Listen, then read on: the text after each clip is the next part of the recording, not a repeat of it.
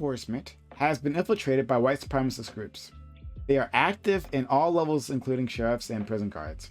The FBI has been in a decades-long struggle to root them out. However, the FBI has its own history of holding white supremacy. Given all of this, do you think we can trust law enforcement? Can we trust the FBI to effectively combat infiltrators? And do we even want the FBI spying on citizens? At what point do they become the secret police? And again, credit to our main man, Counterpoints here for bringing up this topic. I think it's a really, really interesting one. So we'll have all the people here give an introduction, and then we'll jump back into it, all right? So Jay, please. Wow. This, I want to do a little bit more prep for this one. Can we trust law enforcement? Jesus Christ. I'm going to say no, based on what I read in the article. I think it was the AP. It was an AP article, yeah. And I read a few others. Because the guy who infiltrated the KKK in that article was not a part of law enforcement. I think it's up to citizens like him who care about democracy and want to eradicate white supremacy in law enforcement to be good actors in these situations. And as far as the FBI spying on citizens, I mean, no, I don't want it, but I think they're gonna do whatever the fuck they want anyway, because it's the government. And having a secret police is pretty fucking scary. So Yeah, thank you so much. Thank you, Das DCS. I'm saying your name wrong, I'm sure. But anyway, thank you for the 5 hot 2 subs to the channel. Thank you. It's really kind of you.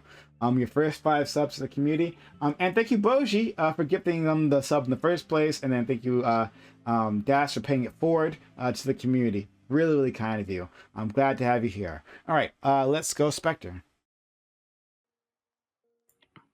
Right. So I think that the FBI investigating white supremacist groups infiltrating law enforcement is fine. It's probably good, actually. The guy that we're referencing in the article, like, he was a private citizen, but he was still an informant for the FBI, so he was being enabled by the FBI to, like, operate in the way that he was, right? Probably offered like a way out of the group, as it were, if that's how he first came into contact with them. I don't know the full details of the operation, right? Also, 2006 is the first time that the FBI was able to track down the first neo-Nazi gang that is like internal within the Los Angeles Sheriff's Department, and they're up to 17 that they're tracking now, right? They could probably do more to actually go in and take these gangs out, right? That being said, it's probably good that we know that these things exist. It's probably good that, you know, the people who live in Inglewood understand that, like, from the top down, the Compton fucking executioners run that entire fucking precinct, right? So that they know when they get pulled over, maybe they should be a little bit skeptical. Like, I'd rather that be the case than not. I think that they've been tracking, like, white supremacist groups infiltrating the military now as well.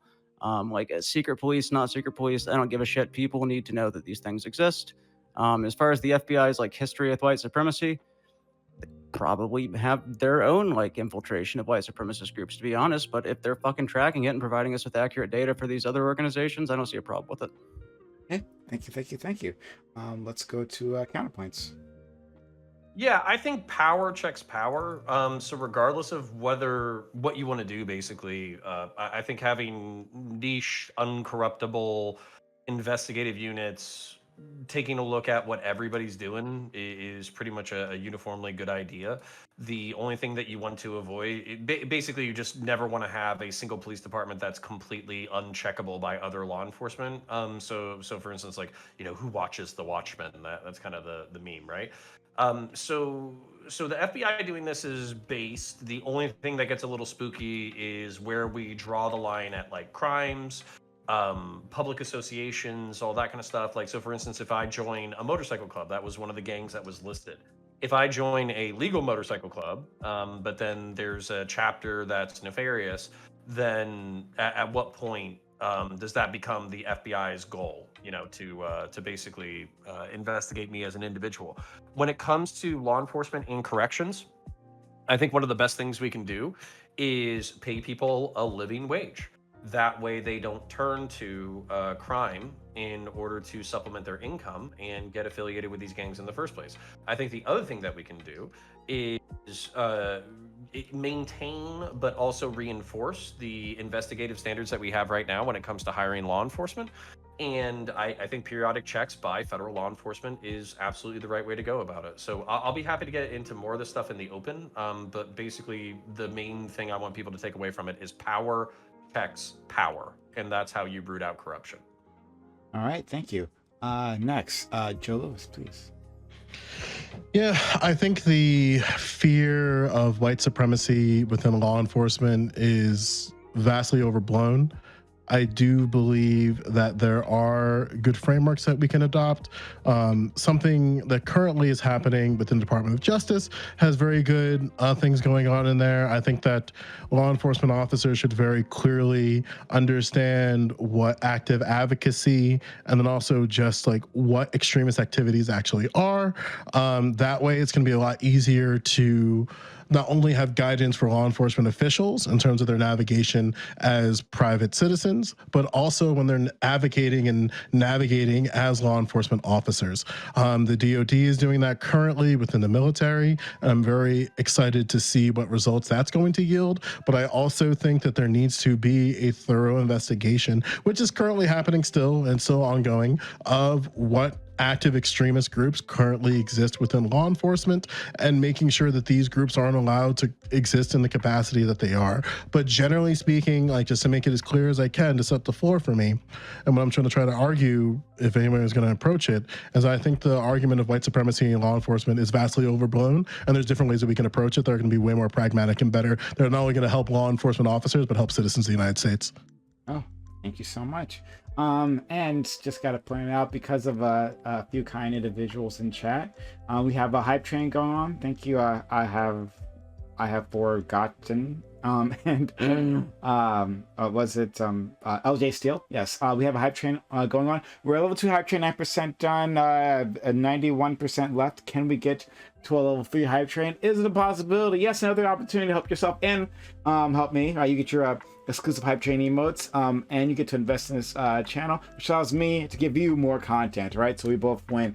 Subs to the channel, gift bits, or give subs if you're enjoying this. If you like the yelling and the exchanging of information and opinions and stuff like that in a very forceful manner, then help out the channel. Subs to the channel, gift bits, or give subs. All right, Jay Chow. Yeah, just to clarify, I could use this opening statement to talk about the last topic, right? If you want. Awesome. So on the last topic, a couple of people on this panel were talking about how like vitriolic rhetoric is like useful because it gets the message out and blah, blah, blah, it gets the votes and whatnot. I'm actually going to be putting in chat a video essay that kind of goes against that narrative. This video essay just so happens to be my creation. And it also just so happens to be that I made this video essay after a previous Reverie roundtable that happened last year that involved a similar topic. So there was some deja vu. But anyways, on to the next topic. Law enforcement. I think law enforcement is a necessary part of any sort of modernized society.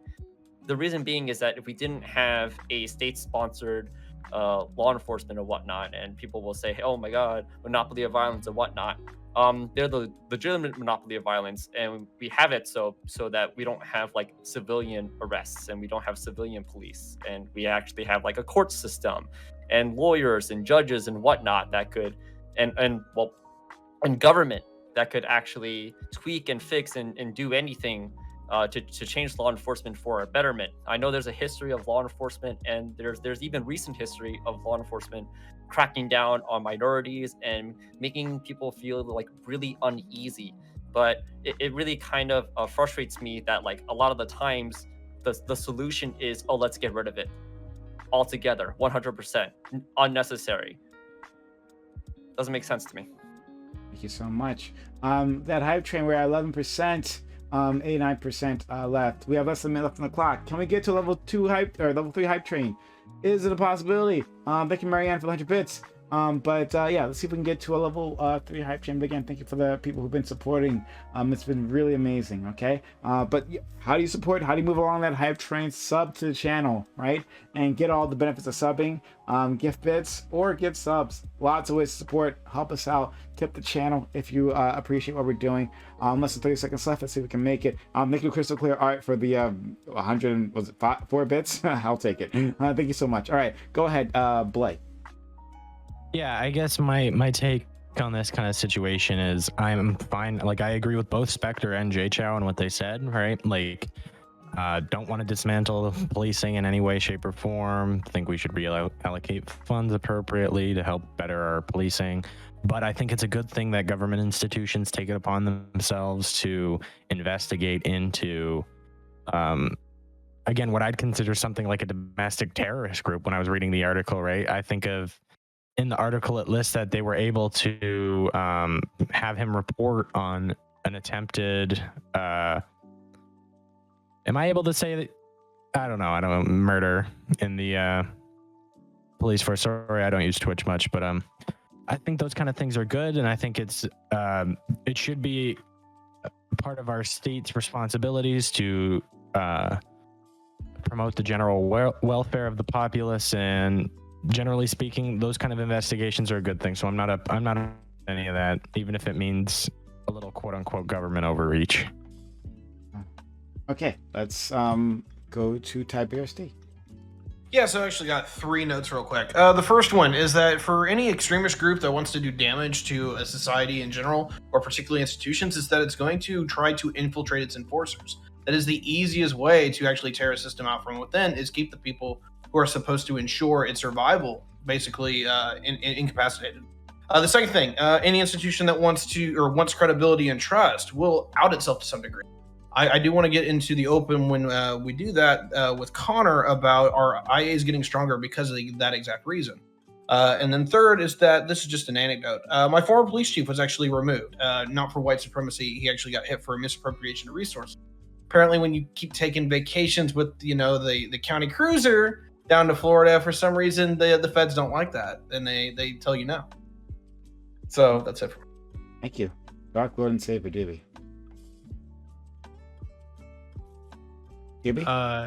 Yeah, sorry, I muted myself.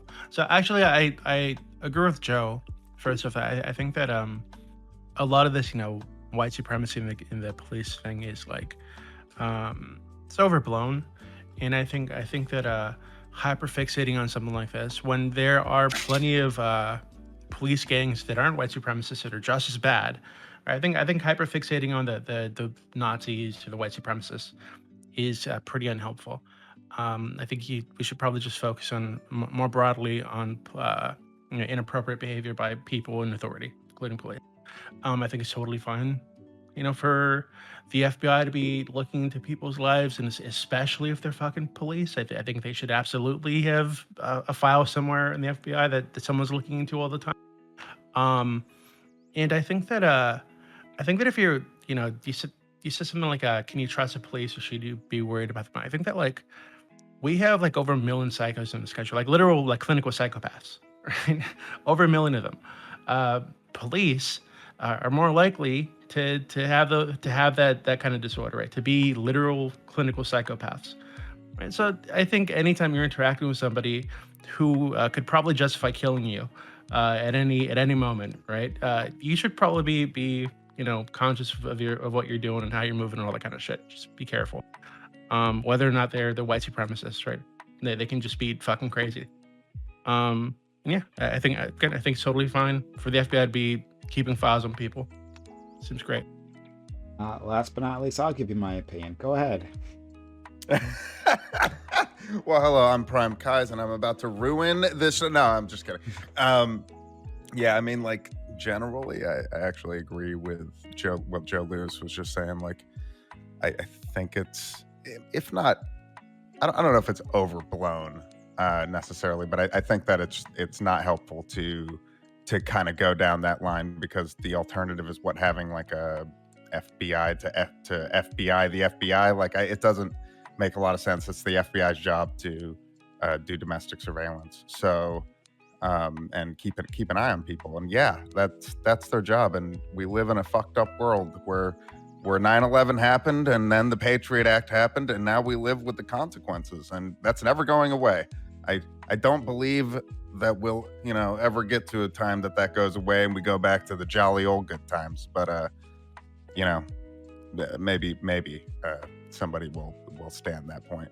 But yeah, that's kind of my general take on that. Thank you Love so to much. get into it on the open. Open panel, go ahead.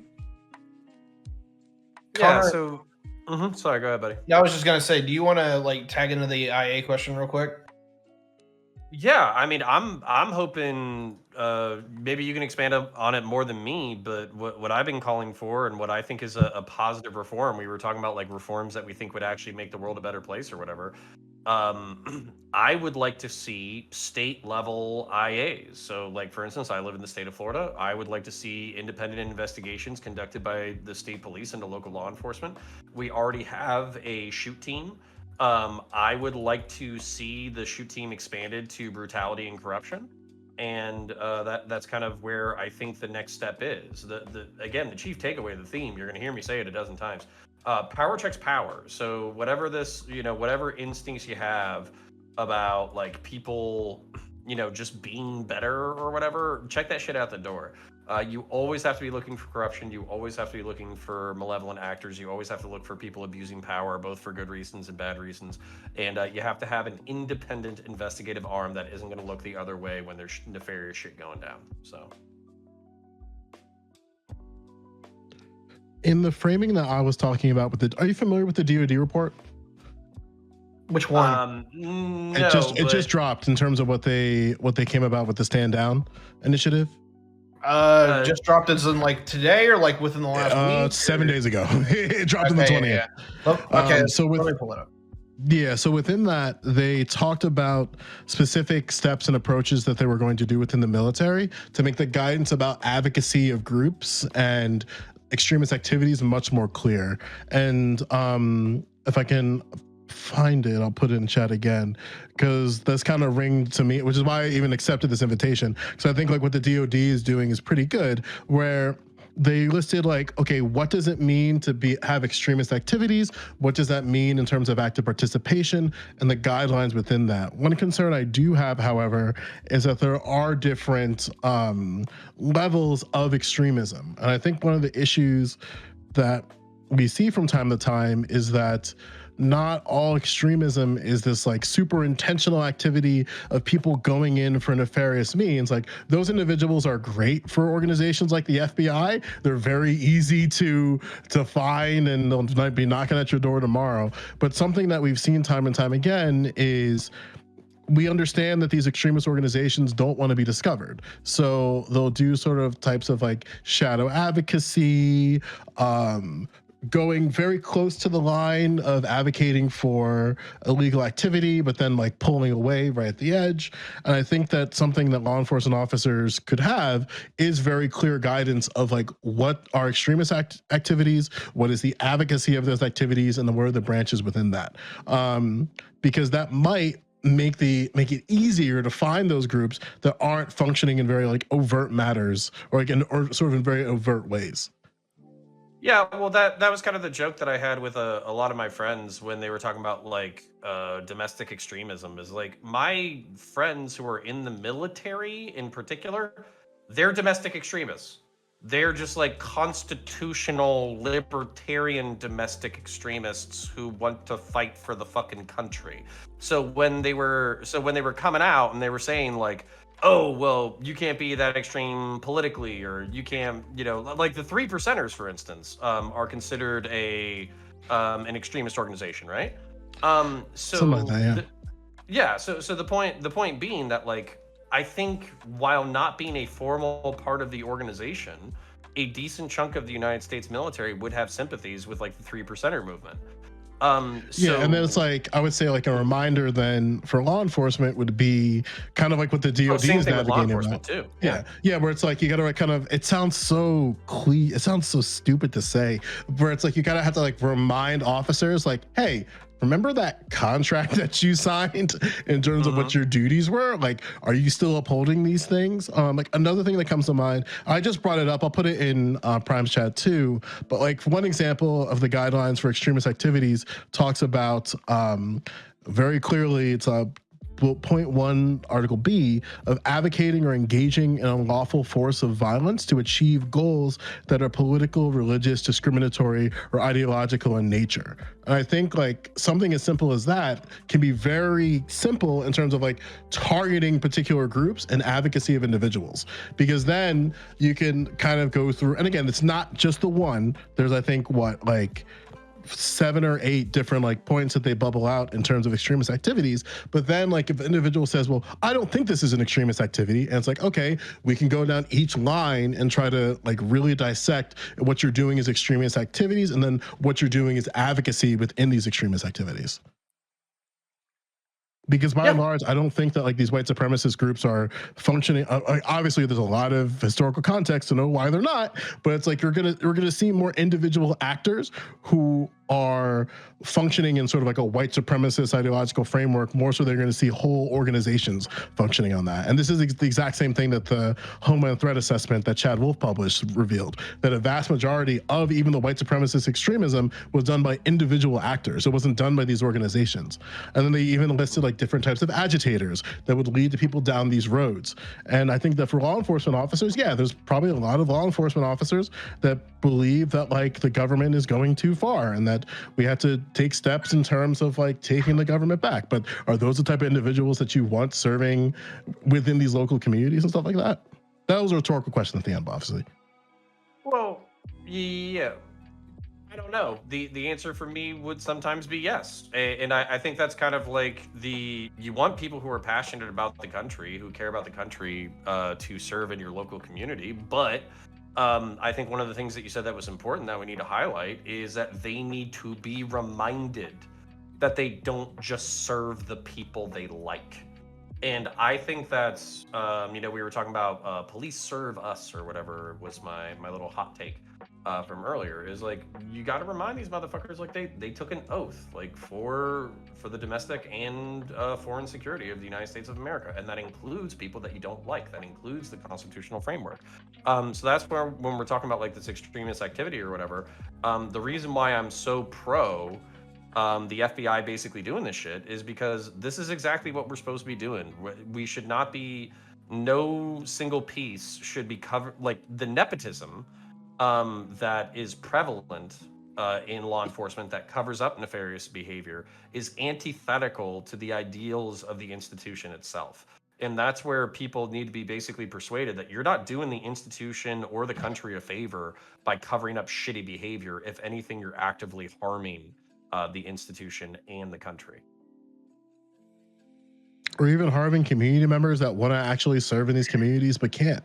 Like, yeah, I mean, I sympathize with that because it's frustrating, which is why I even said, like, I think the white supremacists are like the argument of white supremacy within law enforcement is a little bit like, again, I said overblown, but I would argue to be kind of nebulous, where it's like I think it's easier to target extremism and have very clear guidelines of what extremism is, what it looks like, how it manifests itself. And then if you want to categorically say, like, this is like the threat assessment showed in 2020, like, this is what we mean by white supremacist extremism, this is what we mean by domestic extremism, and all the in-betweens, they're totally fine to do that. And that's where I think a larger research of these organizations could be very helpful, because then like oh, these organizations believe this, and this.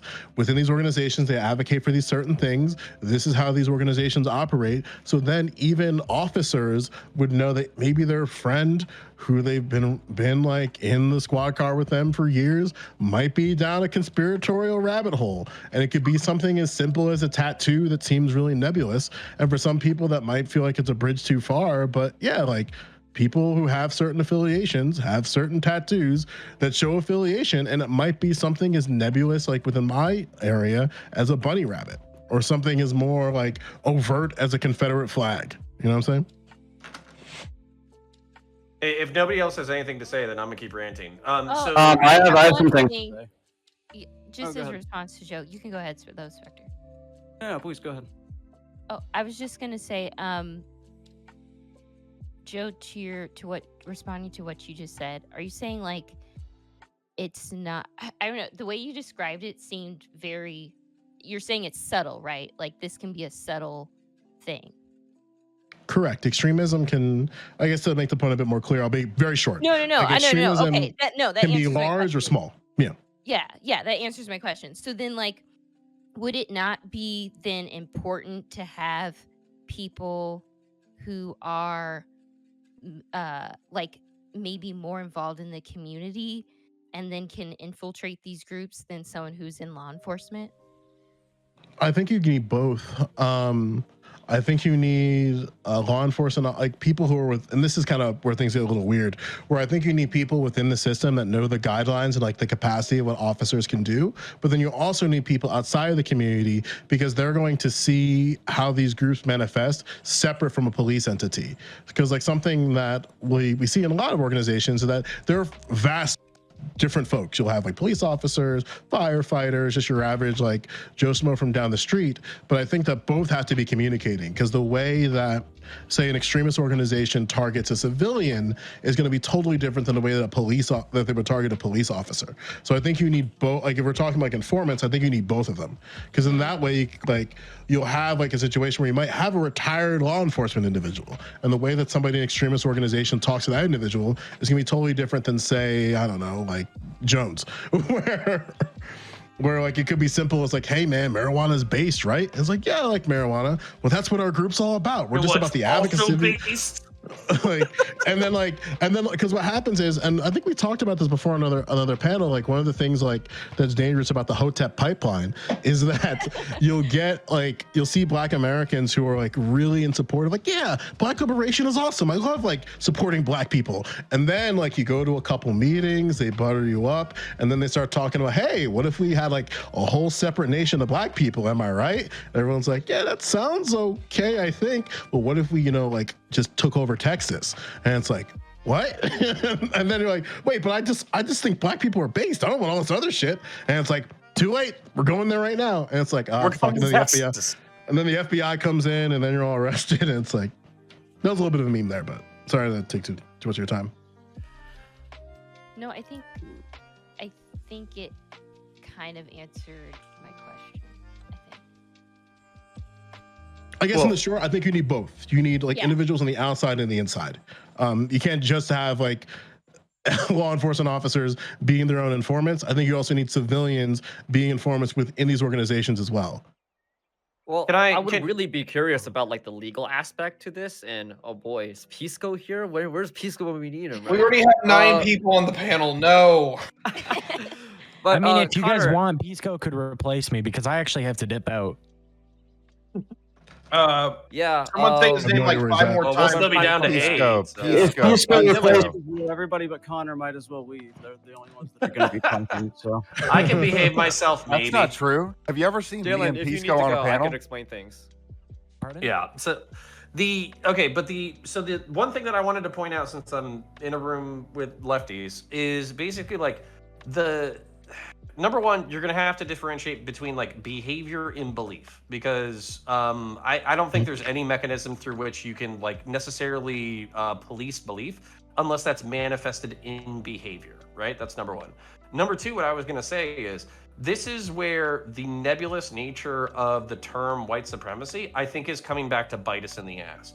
Because when you use the term like white supremacy, it can be very specific where you're like, this person believes that they are racially superior, that other people of different demographic groups are literally genetically inherently inferior. As a result, these people should be treated better, these people should be treated worse. And that is going to manifest in their belief. That's like a really clear, obvious definition of white supremacy. But when you start getting into like systemic racism, or is the Constitution itself, or is the history of America racist, then what you're going to have is, number one, a shitload of fucking pushback from these communities because they're conservative, number one. Number two is basically like a flat out rejection of that kind of like academic leftist progressive shit. So that's where I'm saying, like, if we're moving to the place where we're going to have police policing other police on what they're doing, number one, it probably has to be behavior, if it's belief, it has to be belief that is manifesting in behavior, like participation in extremist groups, extremist forums, or basically like actually doing your job shittily. And then two, you have to be specific, or else you're going to fuck yourself. Okay, so like let's say that is the standard, right? The academic or the non-academic? Like I guessing the standard for like defining an extremist group like within police is what you're saying, is that there has to be like belief followed by like harmful action, yeah? Yeah, although I would see somebody joining like a group, like there's a group called the Hammerskins that's like local to Central Florida. They're like a punk group, but they're also racist as fuck. If somebody joined that group and they were law enforcement, I think they should be barred from the profession, because all those people do. I don't want to talk too much shit about the Hammerskins, but like all they really do is talk about how white, Hispanic, and fucking white people are better than other people. Pause for a second. Pause for a second. Hello. Hi. We got a person needs to leave. Blay, you gotta go. Yeah. Sorry about that, guys. It was a pleasure being on panel with all of you lovely people as usual. Thanks for having me. I'd love to come back some other time. I didn't realize I'd be getting cut off so short notice, but yeah, thanks for having me. It was nice talking to all of you guys. So I guess you guys take care, eh? Yep. Hey, take care. I hope you have a good one. Yeah, take care, guys. Talk later. Have a good one. Talk later. See, everyone's so nice and sweet and wholesome. I failed. I'm so sorry. I can fix that. Sorry. Okay. I was gonna ask. It's joke. It's joke. It's joke. Hold on. Yep. No, I was gonna ask, like, Connor. So obviously, like, if somebody like joins an extremist group like outside of law enforcement, that's bad, right? But how familiar are you with like these internal gangs that exist within like certain police departments or sheriff's departments, like that are called inked deputy groups? You'd have to tell me about them. All right, so like I said earlier, like the FBI has identified 17 within the Los Angeles Sheriff Department. They've been in existence for years. One, the executioners will literally celebrate at bars after a deputy shoots somebody, usually a person of color, and then they get inked with a tattoo that I'm going to go ahead and put in the chat. So I think that it meets your standards of like what we would identify as like an extremist group. We've known that these exist for years. My question is, how the fuck is this still a thing?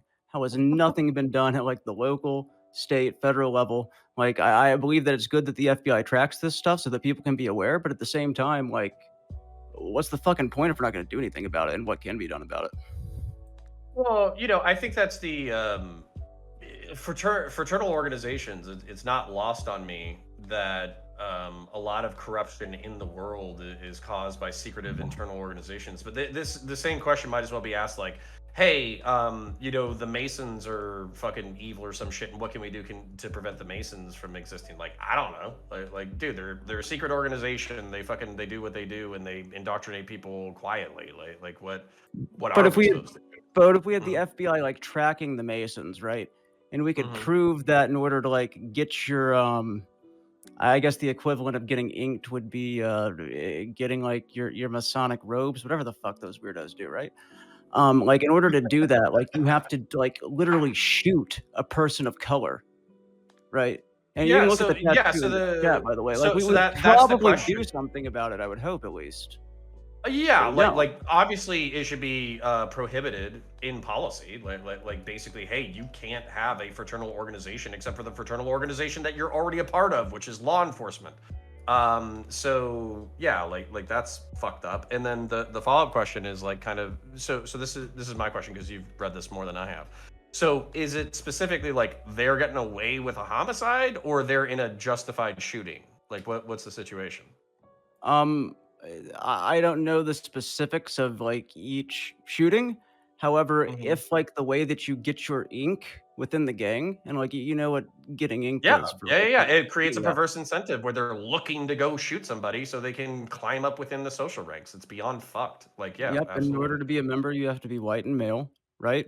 Like I think it was the Inglewood precinct has gotten so bad with this particular group, right, that they control every aspect of like day-to-day life. Who gets scheduled on what beat with who rides in what patrol car with who you're partnered with, right? What the schedule's like, who gets overtime. You can understand as like a former law enforcement officer yourself how this. Oh, can that's be beyond like. fucked. Yeah. And then the Banditos, a different organization, still one of the 17 within the LA Sheriff's Department, right? Like there's record of like 4 senior deputies beating the shit out of like some unaffiliated deputies who were going to rat and like blow the lid off the whole thing. So like I mean, we have record of this. We've been tracking it for 10 years and nothing has been done. So like, what would your prescription be? Since apparently we can't just rip these like departments out from the root and like restaff them. I would say the LA, like under pressure from the DOJ, the LAPD has to come out with a blanket policy saying that these fraternal organizations separate from law enforcement are prohibited, and that anybody who's found a member will be barred from employment.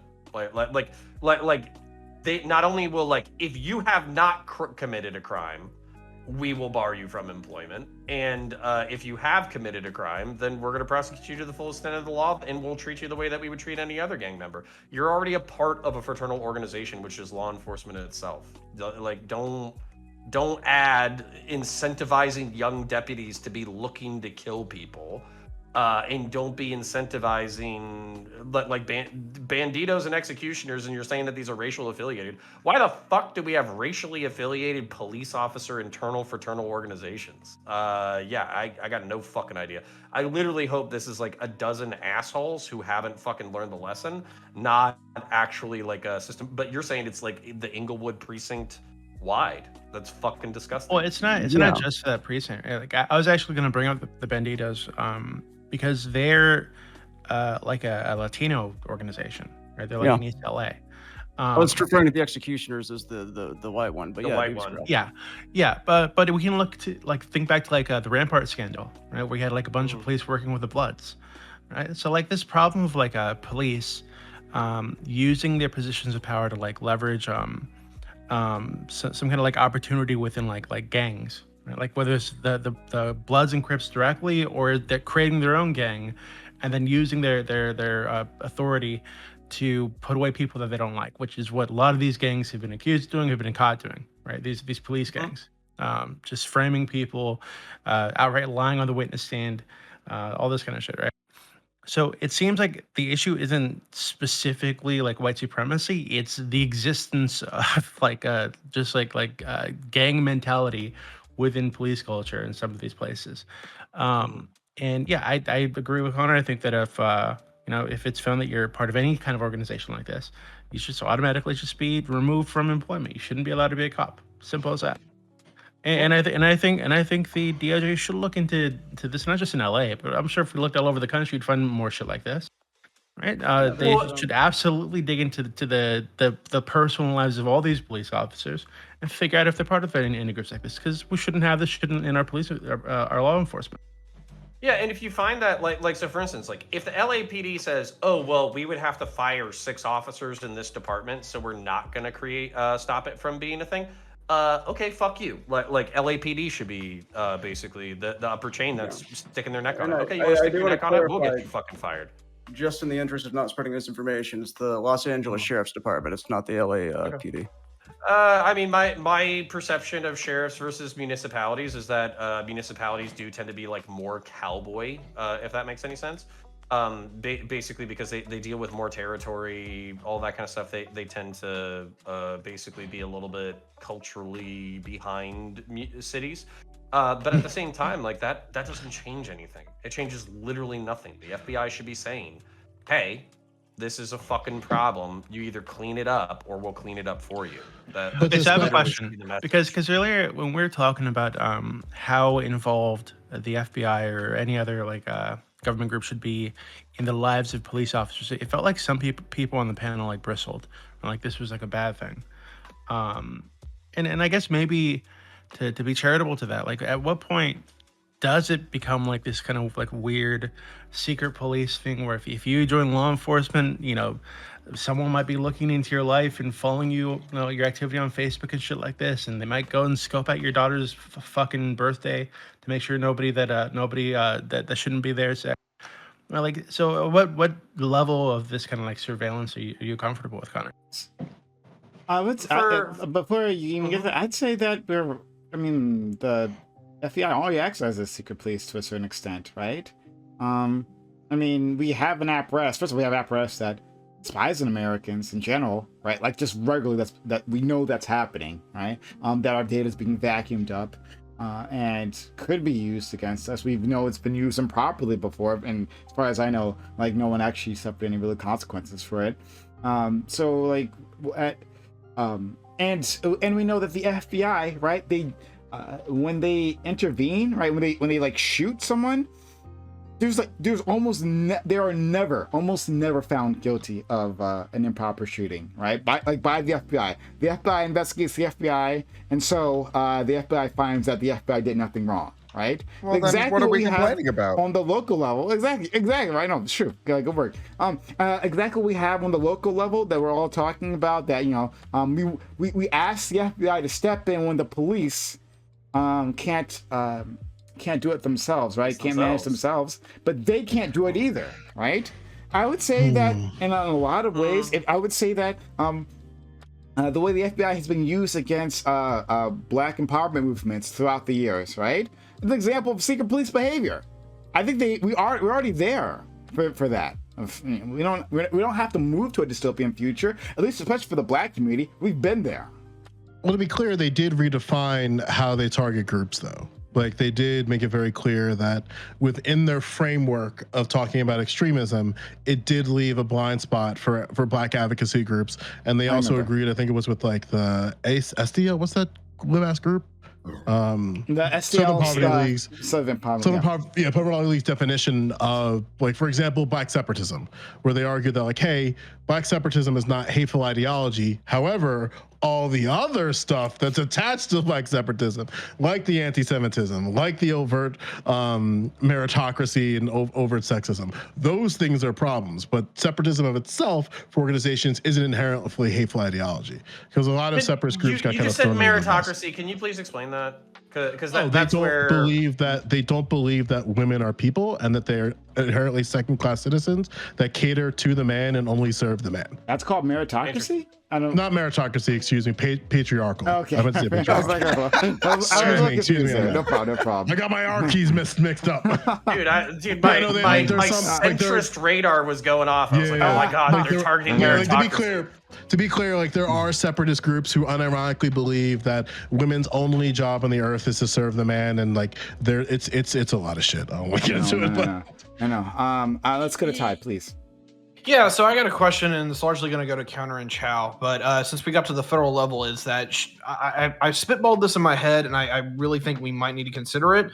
Currently, the DOJ is a branch of the executive branch, right? It's under the purview of the president. But if we actually want to believe in separation of powers, should we actually have that as a subsidiary branch of the judiciary, where instead the DOJ actually works for the Supreme Court? I mean, is that how it works at the state level, where the state attorney? No, it's always under the executive branch. Because the executive branch is always supposed for judges to make executive decisions. Like I understand that they're able to what the Supreme Court does is that they decide on decisions made by both the executive and the legislature. They're the interpreter, right? Yeah, they're not the enforcers, the interpreters. The problem that I keep seeing here, and particularly with the case of our former president, is that what happens when the executive cannot be trusted to be the executive? Is that do we have too much power invested with the executive branch, particularly on the federal level? And it's not just the fact that it holds the entire Department of Justice under its heel. It's that the executive branch is now the most powerful institution on the planet, like overall in general. Yeah, but for sure. But we still have a checks and balance from the legislative branch. Like that's how the system is designed. I don't disagree with that. I just wanted to like spitball that and throw it out there because there's levels where I absolutely could see, instead of having one, if you will, one aegis under the presidency, is that you have all Supreme Court justices actually are invested in that it would change the spectrum. So like what some people on this panel kind of have problems with is that like there's sort of this conflict of interest when you have law enforcement being law enforcement for law enforcement. It's like, well, there's a lot of opportunities for corruption and misplay and making sure that your friends and colleagues actually get off scot-free when they really should be punished, right? And how I'm going to be coping with this is that this is going to be a lot better than most alternatives of like just no law enforcement in general, because like I said before, we still have mechanisms in which we hold these officers or these departments or whatnot, we hold them accountable.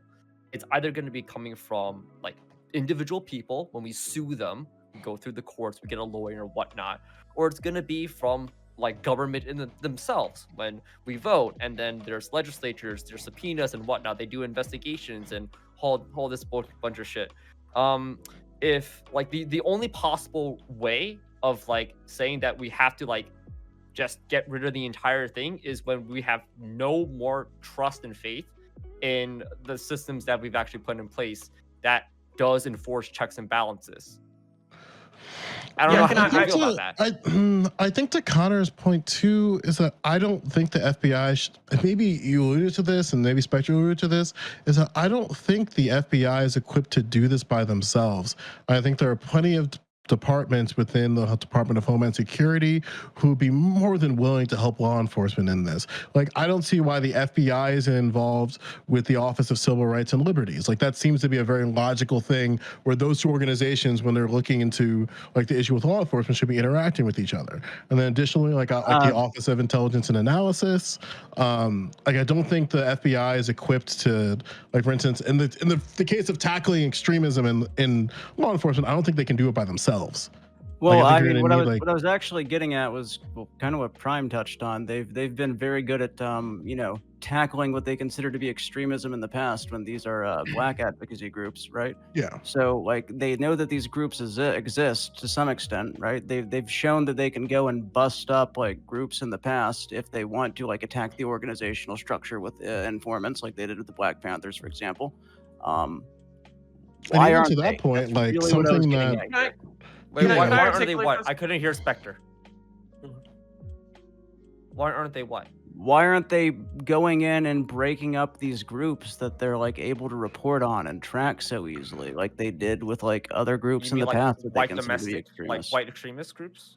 Yeah. Well, the church committee revealed a lot of the problems that existed with their usage of informants, and I think that and again, we won't know this because obviously there's so much classified information of this, but I could definitely see a concern of where like, well, we can't use informants the same way that we did for an organization like the Panthers. Although I would argue that like the strife within the Panthers and the use of informants is generally like also overblown, where I think there weren't that many informants rampant within the organization, but there was enough to create dissent when the dissent was already there. But I think like the difference between, if we're talking like specifically of like historically white supremacist groups, is that their organization around dissenting members was very, very clean, much cleaner than the Panthers were. Like the dissent of the Panthers literally created the BLA, and even with them, like they were also very hesitant of informants. Where like, I mean,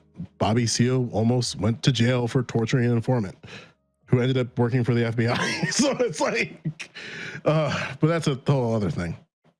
Well, okay, so I just want to hit on this real quick because luckily law enforcement I think is a simpler beast to manage because there's already an expectation. The expectation is that you are signing a contract to uphold the law, to protect against like domestic threats and foreign threats, etc. They literally take like the law enforcement oath and they like invert it. At least in Florida they do. And so there's already this expectation that you're going to be held to the standard, right? So for me, it's just a question of holding these people up to these standards. And one of the things that I was told as a young law enforcement officer in the academy was don't speed, and don't get a DUI, don't speed, and don't get caught doing anything stupid by a state trooper. Because that thin blue line shit does not fly with state troopers. And it was pretty well known that like the Florida state troopers, they as a part of their charter, they fuck over local law enforcement intentionally. If there's something that they can fuck you over on, they will fuck you over on it. And what that does is it creates a reasonable fear in law enforcement that if they fuck up, they'll be screwed over. And so I think that fear can keep people in line. And that's all I'm really asking for. You guys are asking, like, do we need to reorganize the branches in order to check power better, this, that, the other? I think it's actually really simple. Yeah, we need a new branch of government. It is called the Quis Custode Ipsos Custodes branch. Who will guard the guards branch? All right, and that's what we need. Okay, We need more more take it all the way law fucking back. You know what I mean? That's why I didn't Yeah, speak Latin. exactly. We need the motherfucking way. Let's just get the NSA to do it. Actually, fuck it. No. Okay. This is where I think it's going too hard. Hold on. Nobody's brought up white supremacism in the NSA. Okay, the NSA is fucking awesome as far as I'm concerned. Oh boy. Okay, hold on. So no, I gotta fight back here. So the Achromatic, who's in chat, hello, hi. Hope you're enjoying yourself. As it says, do the panelists see the infiltration by white supremacist groups as a failure of the system or the people in the system, right? I would say that's both. I would say it's both. That the system itself, one, has white supremacist roots, right? That in some parts exists to uphold white supremacy, right? Like certainly the judicial system does that on a daily basis, right? Like the police, and what do we tell them to do, right? Like who we tell them to police, like they to manage, and the places, the ways we incentivize them is there to continue white supremacy, right? Like the ground is fertile. It's not like these battle KKK members came in, right? And then now they made all the black people sad. No, that's not what happened, right? That's there's actual system, there's a history behind it, right? And they were very welcome within this law enforcement. And it's difficult to trust these systems to check themselves, right? So like I disagree with what Connor said here, right? And I knew he'd buddy, I knew you'd find something. I disagree when he said, oh, that we just like need to have like state troopers or another law enforcement branch, right? Make it so that they're specifically antagonistic against another. Well, how long does that last, right? That Forever. requires people to maintain that system, right? People who are dedicated to that cause, to maintain that system, and those systems can be infiltrated in and of themselves, right? Like, how do we trust any of these things? I think we need maybe something outside of law enforcement, maybe like prosecutors, like non-law enforcement individuals to be watching law enforcement. If they're saying power checks power, we can do that. It doesn't have to be other people wearing badges, though, right? Okay, but this is actually the thing that Doobie was asking that I'm actually happy to answer right now. He was kind of asking like, how comfortable are you with like law enforcement social media being stalked daily, people being followed, this, that, the other?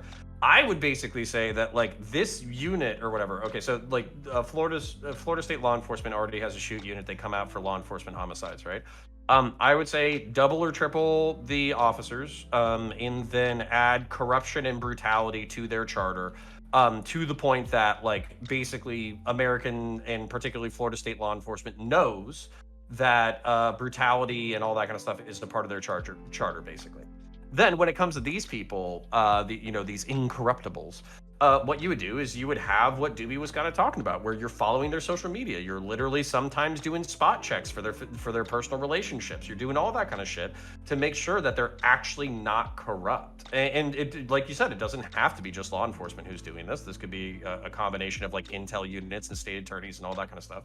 And the reason why I think that law enforcement in particular needs to be used as a tool to check other law enforcement is because being arrested as a law enforcement officer is fucking humiliating. You are the person who is supposed to be upholding the law. You are the person who is supposed to be in charge of society. You are the person who's supposed to be fucking doing all this like positive shit for the fucking world. So to be fucking put in cuffs and dragged away from your fucking family in public is one of the most shameful fucking fates that you could have. So a combination of fear and shame, I think, could be very powerful for basically keeping really negative impulses in check of law enforcement. Ty, you go next. All right, yeah, I've got to be a massive nerd here and seek out for my massive nerd here. Prime, what was the lesson of the Star Trek episode Drumhead? Because I know I literally feel that is the answer to this question in a nutshell. I don't remember Drumhead. You don't? Give me more than that. Oh, you're terrible. I don't know the names of the individual Wow, ones. you right? don't even know the individual episode names? I know. Insufficiently nerdy. I know trouble Bam. for trebles, right? All right. But like that's it. That's like all That's I know. a I'm meme sorry. episode. No, this is literally one of the most important episodes of TNG. All right. Anyway, long story short, the lesson of Drumhead is that to have a stable society, the thing that you have to have is everlasting vigilance. Because the people that are most likely to undo your society is the people that not only are the ones that are nefarious actors, but the ones who coat themselves in good deeds. It was this particular admiral that had actually found people that were nefarious, but herself became nefarious, right? And the reason I bring that up is that just one, to prove my nerd credentials, but also on the other side is that in the reality of this is that to keep a stable society is that you just basically have to be on guard at all times. And I know that is a terrible fucking way to live because it makes like rampant paranoia, but it's true. There's always nefarious actors. There's always people that are seeking to either undo your systems or they have nefarious beliefs or what have you. So I think it's actually just that simple, but it just sucks. And no one wants to answer. Well, in Prime, you asked that question where you were like, hey, these systems in and of themselves are corruptible. And the reason why that I kind of didn't even acknowledge that statement was because it's like, this is true of every system over time, regardless. So all you can do is set up good checks and balances and have those checks and balances continually check each other. That's all you can really do. No. Well, okay. I think there's more than that. Well, if we set up checks and balances on a system that is based on white supremacy, well then, but are you saying it in the academic term, or are you saying it in the intentional term, where it's like these people wake up every single morning, they're like, it's my job to fuck over black people today. What do you mean? Okay, you know what I mean is a systematic racism, I don't. right? Okay, now you do. Systematic racism is where we start, like I said, based on white supremacy, right? If the incentives are all still clear, right? Checks and balances on the police, right? Who are incentivized to heavily police black communities, right? Who are incentivized to like just get bodies, right? Like throw people up on a wall, right? Check them or do whatever nonsense, right? To get them from the streets to a prison cell, right? If that system is still in place, right? Well, then putting a check and balance to make sure, well, when they're beating them, right? When they're beating those individuals, they're not too hard on them, right? They don't crack a skull. Well, okay, all right. I got a meme question. They're not crack a skull. I got a meme question. So if that person was beat, like if you're getting your ass kicked for like committing a crime, or if you're getting your ass kicked because you're black, does that matter to you personally? For committing a crime, or if you're black? Yeah, a crime. Like so all I'm trying to do is I'm trying to make it so you're getting your ass kicked for committing a crime. That's all I'm trying to do. I don't want them to kick anyone's ass unnecessarily. That would be great. But unnecessarily. Key word. That's an interesting but word. I'm saying, okay. Great, sure. I mean, that's good. That's an improvement, right? For actual fucking crimes. There was a thing in LA that just happened now, right? Where the cops came to a store, right? Like a clothing store, and there was a report of assault. They shot at an unarmed man. They killed that unarmed man. One of the bullets went past into a dressing room, killed a 14-year-old girl trying on clothing there, right? This is the cops that we had there. So yes, we can have checks and balances that ensure that, maybe we don't just fire wildly into a fucking store when there's not even an armed individual, right? Yes, a check and balance would help with that, right? You had like a screwdriver or a knife or something. Yeah, from my understanding, it was unarmed, but we can, I don't know, maybe you had better. But not the legislative. Checks and balances isn't supposed to be preventing those incidents from occurring. Checks and balances is there so that there is some sort of a justice that is done when those those incidents do occur. So it's pretty tough for a judge or a lawyer or any other law enforcement to kind of be there to prevent those things from happening, because I would say it's just impossible. So then I'm not sure, like you're kind of maybe putting a lot of expectations on checks and balances to address the issue that you brought up. I'm not. I'm not. Unless you're talking about him. Talking to him. I'm not. I'm saying we have to redo the system from the ground up. That like simple checks and balances, like asking a judge. But that ain't judges gonna are holding happen. laws, right? That are white supremacists in themselves, like have white supremacist roots in and of themselves, right? Like we are upholding but Prime, a system. you have to be So my point would be like we have to be intentional with what we're talking about. So for instance, like this is something that's like really specific. If you were to come at me with a specific problem and you were to say, hey Connor, I think marijuana should be recreational nationwide. I still think it's bullshit that in 2021 people are being arrested for possessing marijuana. I think that this is just an excuse for random police officers to put their hands in people of color's pockets so they can take them to jail. I would agree with you. But what we have to do at that point is you have to deal with that single step. And that single step is decriminalize marijuana and also make recreational marijuana. Like that's the thing is like some of these things are done with law enforcement and some of these things are done with state attorney's office. They don't even have anything to do with law enforcement. Not state attorney's office. Not state attorney's office. Why? We can because those on the attorney level, right? The DA level, the state attorney level, right? Those reforms are only temporary. I talked about this before on stream, right? We have these like progressive crusader DAs who are doing good work, right? Like the most famous ones like Larry Krasner in Philadelphia, right? Who's doing good work, like ending cash bail and whatnot, and like trying to reform the DA office and like what they go after. I think they even like said they won't. Like police officers are not allowed to stop people for like regular traffic violations, right? Because that's like the way they use to like like put people in the system to like search them and all that, right? Like that contact with police is ended. Things like that are great until a new person comes in, until a new person is elected, and they can roll it all back, right? No, it has to be done on a legislative level. Like the judges are upholding laws, right? That the legislator has put in place. It has to come from there, right? And I don't think people are telling me like, oh, this takes a revolution. It actually doesn't, right? I like what you're saying, Connor, or at least part of it, saying that we have to be intentional with that. I'm being quite vague, but fair enough. Yes, we can target the drug laws, right? There are actual specific laws, pieces of the system that we can reform and make a marked difference in all of this, right? I don't think we actually have to like by tear it down. I don't think we have to like wipe away the country and start over again. I'm saying that like through our legislator, through our democratic process, we can make these changes. We can pull levers and make that happen. At least I believe so. I hope so. You're more optimistic than I am. But no, but like I think some of these changes are coming. The only thing that I would say though is like so for instance, like if you come to me with a problem, I'm gonna say like this is the targeted solution. So for instance, like I don't think having cops check cops is gonna do jack shit about random people getting their asses kicked or people getting shot when they shouldn't be shot. Like I don't think it's gonna do any of that shit, right? But there are cool little things that we could do. So for instance, like this is one of the things that we were talking about that I think is perfectly tenable, which is better when we're not talking to each other like enemies.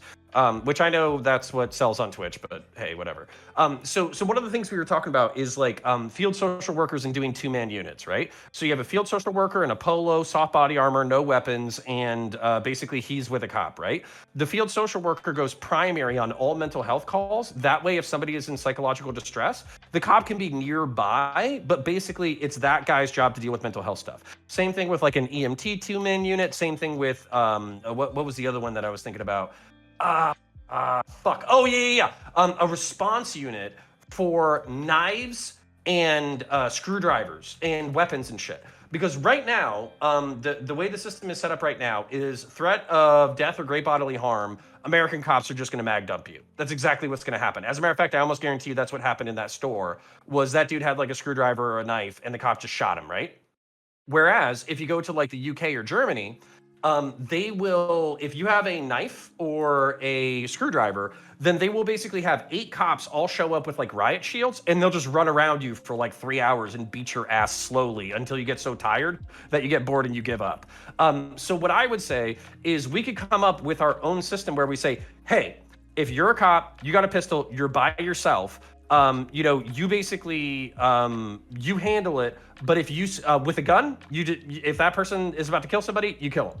But if they have a knife or a screwdriver, you try to segment that person off, you call the ass kicking unit, and they show up with riot shields, and then they beat that motherfucker's ass. You're that way talking he about survives. escalation of force, and that's good, right? I like that idea. Not just escalation of force. I'm telling you, our EOF right now is like, it's basically just kill them.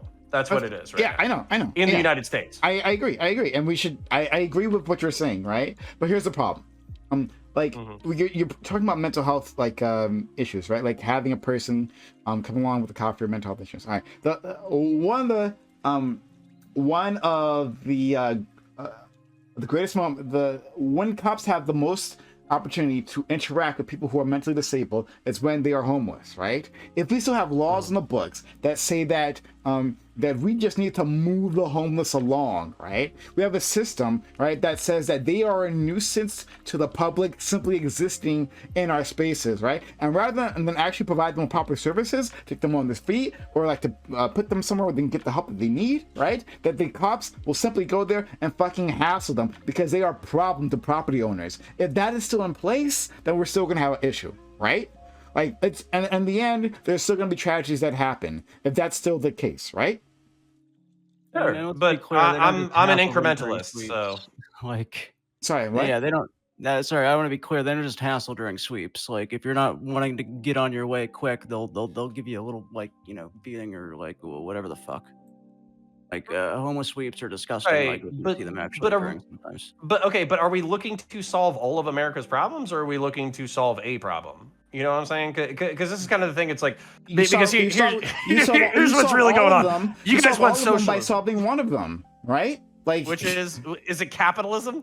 No. I'm saying that, like, like a journey of 1,000 miles begins with one step. That's what I'm saying, right? Sure. You start with solving one of them, and you'll continue. So that's another idea. I'm not saying anything you said was wrong, right? Like, I thought you had a great idea. In fact, I've advocated for something similar here before, right? Many times before. But I'm saying that the core of the system is still rotten and needs to be rehabilitated. Yeah, and I'm actually going to come out and say, like, one of the solutions to that, to your 1,000 steps is getting rid of guns. And what I mean, like, getting rid of guns, I mean, like, getting rid of the Second Amendment, like being really anti-Second Amendment. Fuck you, Chow. Okay. All right. but my point being, like, all right, I'm white and I'm privileged and I'm an institutionalist and I've served in these institutions. So if it seems like I'm just like an incrementalist who doesn't want to go for these like bigger ideas or whatever, I mean that's why. All I can do is I can come up with these little fucking band-aid jobs that I think make the world a slightly better place because that's how I've been raised.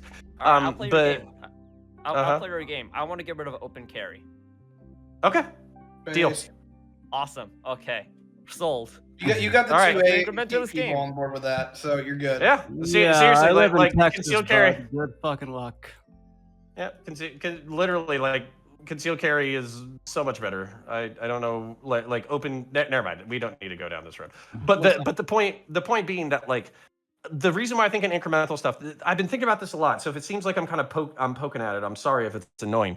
But basically my thing is, like, we spend a lot of time and energy here on Twitch Politics kind of poking at these thought experiments. And I love these thought experiments. I could easily just Chow saying I want to get rid of the Second Amendment. I could yell at him for like the next 2 hours. But I also...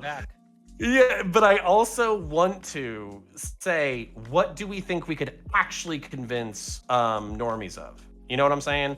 Or like, what do you think we could actually convince, like, if you were talking to your boomer grandma or some shit, what could you convince of her tomorrow that she would be down with? And that's kind of where I'm at. So sorry if that's a little boring. It's boring. Okay, so you just want me to yell at Chow? Because that's what silence tells me. Go ahead. Yeah, I don't think there's anything boring about that. It's I think we need to be realistic about these issues, right?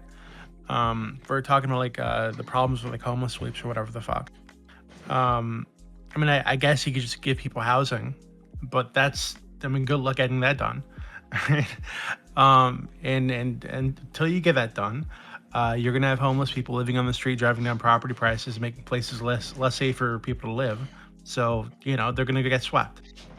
So I think a lot of times what happens with homeless policy is that we let good be the enemy of great. Like if you look at San Francisco, they have a housing first policy, but now they don't have enough shelter beds. So they have 8,000 people, only 3,000 shelter beds. They're trying to house people permanently, but at the same time, in the meantime, you need to give people a place to go, even if it's not perfect.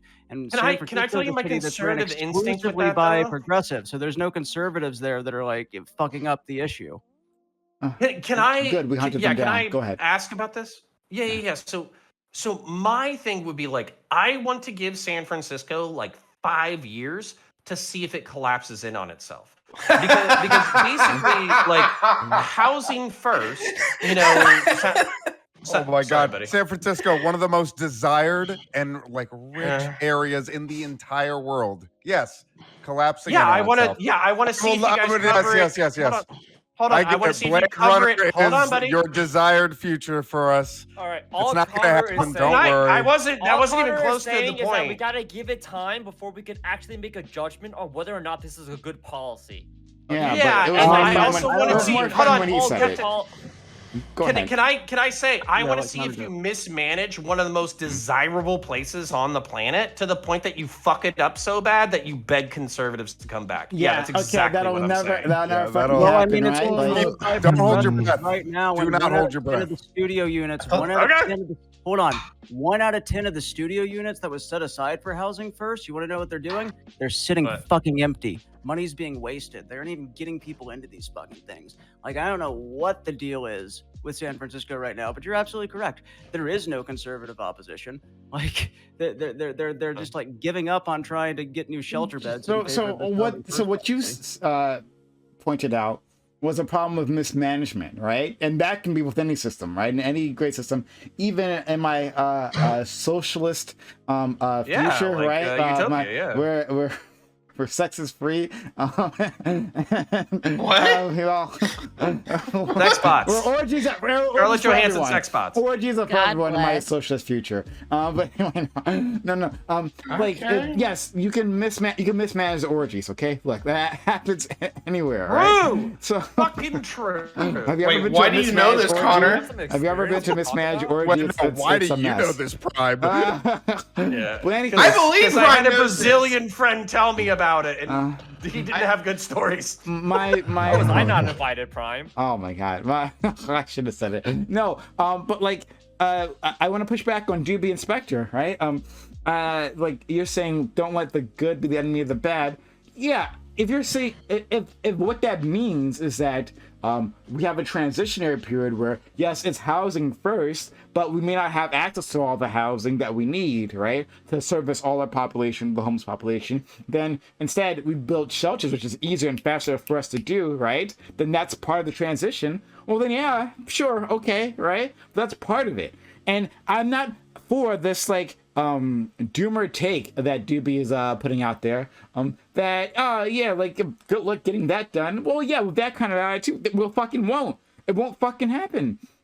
I'm of the opinion that if we're aiming low, then that's exactly what we'll hit. No, we're aiming low and we're gonna hit even lower. That's what we'll get, right? So of course we're aiming high. Why wouldn't we, right? Housing first. Go ahead. So the issue... people aren't sold on the free housing thing, right? So aiming that high is going to make people think you're a fucking communist weirdo, right? And you're going to get nothing done. You won't even help. You won't help anybody, right? You'll be there waving your fingers around, like the defund the police people, right? You'll feel really good about yourself as you're going home to your cushy apartment, whatever the fuck. People will still be on the street with not even a shitty tent to sleep in. No. Right? Okay, so you're doing that whole thing. I am wondering. You're doing that whole thing. It's nice. I'm glad Dusty could be here in frog form. You're doing this whole nonsense. We're like, oh well, leftists don't seem to understand the government, and these policies aren't popular. Now that's a job of advocacy. So many of the policies that are in place now that we are taking for granted are the fucking civil rights movement. All these other things are gay marriage. All these things are the result of advocacy, of moving the public to your goals, right? In the meantime, yes, we can put all kinds of band-aids on it, right, to stop the gushing wound. I get that. Great. I get how the system works. But we got to move the Overton window, and it starts by actually advocating for these things, introducing them to the zeitgeist so that people can chew on them and they can disagree with them until later on they think about it, or they know someone who's been unhoused and like, well, wouldn't it be better if they instead of living on the street, right, where they couldn't get any help, that they were in a housing, a place of housing? Yeah, I know that guy. I know Johnny. He would have been better off in a house, right, than on the fucking corner, right? But they can't have those epiphanies if they don't have the idea. Sorry. But there's a reason that I used, hold on, Connor. There's a reason that I used San Francisco as an example, and that's because it's actually full of communist weirdos like me who already agree with housing first policy, right? Progressives control the city. However, these people who are doing the mismanagement, as you called it, right? Letting the great be the enemy of the good, they're not motivated to actually like build these shelter beds, despite the fact that there's 8,000 people there right now, still outside in the fucking rain as we speak. And the reason they're not motivated to do that is because there's nobody that's going to take their seats or positions from them to the right of them. They understand that they're as far left as is possible to get elected in this country. So like, even if we do sell everybody on our stuff, like that, there's something fundamentally broken about the way that government works. Okay, I want to ask a pragmatic question though. Are the legit, like, so for instance, like, this is my instinct, all right? Let me give you my conservatarian fucking parents' perspective. You create basically like free housing, you know, subsidized food, all that kind of stuff. Basically what ends up happening is the logistics supply chains break down because everybody is demanding a good that's in high demand, but you don't have enough supply, right? So when you're talking about these kinds of things where you're saying housing first for homeless people, to me, that would say that San Francisco is the best place in California in order to be a fucking homeless person, at least from a paper policy standpoint. So what ends up happening is you flood the fucking region, the logistics chains break down. Because logistics chains break down, you have a worse fucking situation than you did before. And so this is kind of my thing where, like, you know, Captain A. Jones is fucking still staring at the screen like I'm saying fucking wild shit or whatever. This is where I'm saying, like, you can mismanage a city into the fucking ground. So that's why I want to give y'all 5 fucking years of fucking housing first, because I want to see if your fucking neighborhoods are covered in shit and fucking heroin needles. Well, the problem is in downtown, that's a big problem. Yes. But the claim, okay, so you're just taking one thing and then making it hyperbolic, and then like claiming another thing, because like yes, we have hold on, yes, we have a huge problem with homelessness. I'm the first one to admit that and to point it out too. I mean, it's fucked up. You have people driving around in their Teslas, eating at amazing restaurants that charge up the fucking ass for pretty good fucking food, and then there's a homeless encampment like half a block away. Like, yes, there's a really fucked up juxtaposition of wealth distribution in the city. I totally agree with you on that. But hey, I'm sorry, you're fucking wrong about the San Francisco being like the next fucking like Blade Runner city, trying to act like we're going down the shitter. Dude, you have no idea what you're talking about. Like, literally all that's wrong. Everyone just disregard all that. None of that's true. Dude, I didn't yes, even we say have a it. homeless problem. I asked a question, and I want to see what 5 years of fucking progressive I'm just telling you, don't hold your breath. Let's go. We're going to continue to be one of the most desired places on the fucking planet. Joe Lewis, give it a try. Just create a time machine, fast forward 5 years, and shut the fuck up. Oh my god. Joe Lewis. I don't know, man. I think we need longer than 5 years to see if these policies are actually like good.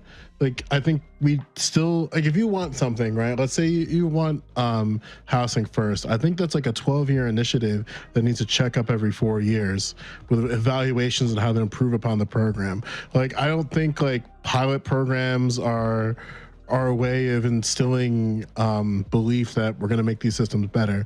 Because if we look at it from just a compositional standpoint, like, this is something that would have to be in some type of collaboration with council members and mayors and then they'll have to double check on this every couple of years, and it's very likely that you might just get a council and a mayorship that just doesn't like this policy or this pilot program, and then just like sniff it out the butt. It's the same thing that happened in my township, where instead of getting affordable housing, we got warehouses. And the argument that they made, the literal argument that they made of not building houses, was because they didn't like the traffic and the congestion of schools, despite the fact in that same meeting they approved the massive expansion of both of the high schools in my township to cater towards the anticipated overcrowding that's going to exist in schools, not exclusive to affordable housing. So in the same meeting that they approved the expansion of schools to compensate for people coming into the township, they voted against for affordable housing to bring people in for warehouses instead to cater to the businesses. And like, I think one of the problems is when we have certain like ideas and stuff like that, and especially with pilot programs, is that I don't think pilot programs should exist. I think you should like hit the policy, hit it on the road, and then just have like checks and balances in place for evaluation. Am I the That's just only me. person that lives in a planet of finite resources? Because, like, no offense, but you guys are like, yeah, you should just do fucking housing first policy. And if, Okay, if it's a Finland- fucking Finland- autonomy what I do channel know Finland is has that had drag this on policy site in place resources, then whatever, you know? Finland has had this policy in place since 2007, and they have literally eliminated unsheltered homelessness in the country. It doesn't exist. Like, people are I'm sorry, crashing say on. that sentence again? Finland enacted this policy in 2007, and unsheltered homelessness is so rare at this point that it effectively statistically does not exist. You might have 2 or 3 people like sleeping outdoors every now and then just because that's what they want to do. And honestly, at that point, fuck them. Like, they've been given Can every I- opportunity in Finland. All I Yeah, want but is to can be I- able to hold people to the standards that you're trying to. Yeah, well, you kind of said something that I was going to meme about, but I'm also wondering about it because it's fucking Finland. I'm pretty sure if there was any unhoused people in fucking Finland, they just died. Like, I don't think they fucking survived. So I don't know if that's like a really good. Do you not know the because- example Well, of like, I mean, hand what- warmers? They used So to have. Did you know that there's no homeless people in Siberia? All the people who are like, everybody's in a house. You know? We There used to have a are- problem with like homeless people dying in 100%. the winter the same way that we do in northern cities like San Francisco here. It's a funny fucking meme if you never had to actually sleep outside like for an extended period of time. No, I I get it. slept outside and fucking. Yeah, he but can't that's go like outside. San Francisco I in can't. Norway. Go ahead, Joe. Come on. It's weird because Come like like every time I drive to pick up my girlfriend from work, I drive past a hotel that doesn't have an occupancy greater than 10%, which is the justification of why they're tearing it down, but they're tearing it down for warehouses instead of affordable housing. Like I literally like drive past that every day, and like, what are they building there? A bunch of warehouses to deal with the trucks for a Costco and a Wawa, despite the fact that there isn't any infrastructure in place for there to be a Wawa and a gas station, because they also approved 8 pipes there. So it's like, I at some point I'm just trying to think like, damn, like, yeah, mismanagement is a problem, but also I don't know, man. Can y'all like, are you capable of like running through? Because here's the thing, like, I literally don't know can you guys just like run through the conservative objections in your own fucking head so I don't have to do them? Taxes. Because literally, your tax. That's the concern.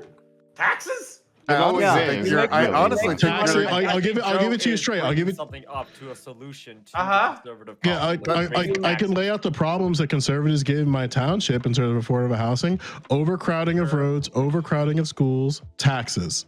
That was it. Yep. But So guess supply, what? Demand, How much- supply, how much- demand, taxes. Okay. How much money does like having Socialism. like unsheltered homeless people cost cities each year? Like you're looking See, at maybe that's like an 50,000 argument that per in most some people cases. could be receptive to. But Okay, that's and the then thing. in addition to that, But if again, we like look at- this was if we look the. at- hold on, Joe, just Sure, please. yeah. And then in addition to that, if we look at like successful housing first policies, like have been enacted in Finland, like 4 to 5 of these people actually end up re-entering society successfully. They get jobs, they become tax-paying citizens. Like you make the money back solving this fucking problem, dude. Okay, so yeah. Okay, so we landed on a place that I'm perfectly fine with, which is okay. So this is, by the way, this is like a conservative rhetoric fucking thing. Lead with that. Lead with the fiscal I didn't get an conservatism. opportunity to. I was No. criticizing I'm taxes. just saying to every progressive in the world, if you literally said, "Hey, you're spending $10,000 per ER visit for however many unhoused people you have in your fucking city because they're literally just trying to get out of the cold. This adds up to like $3 million a year. Whereas if we bought this fucking one apartment or this one hotel that's going out of business and we just house the same, 500 motherfuckers there, then we would basically spend 1.5. Then you won. You won the argument. The biggest challenge, however, is that a lot of these individuals, despite given the facts of the situation, they still are very afraid of like, well, what if I? Yeah, hold on.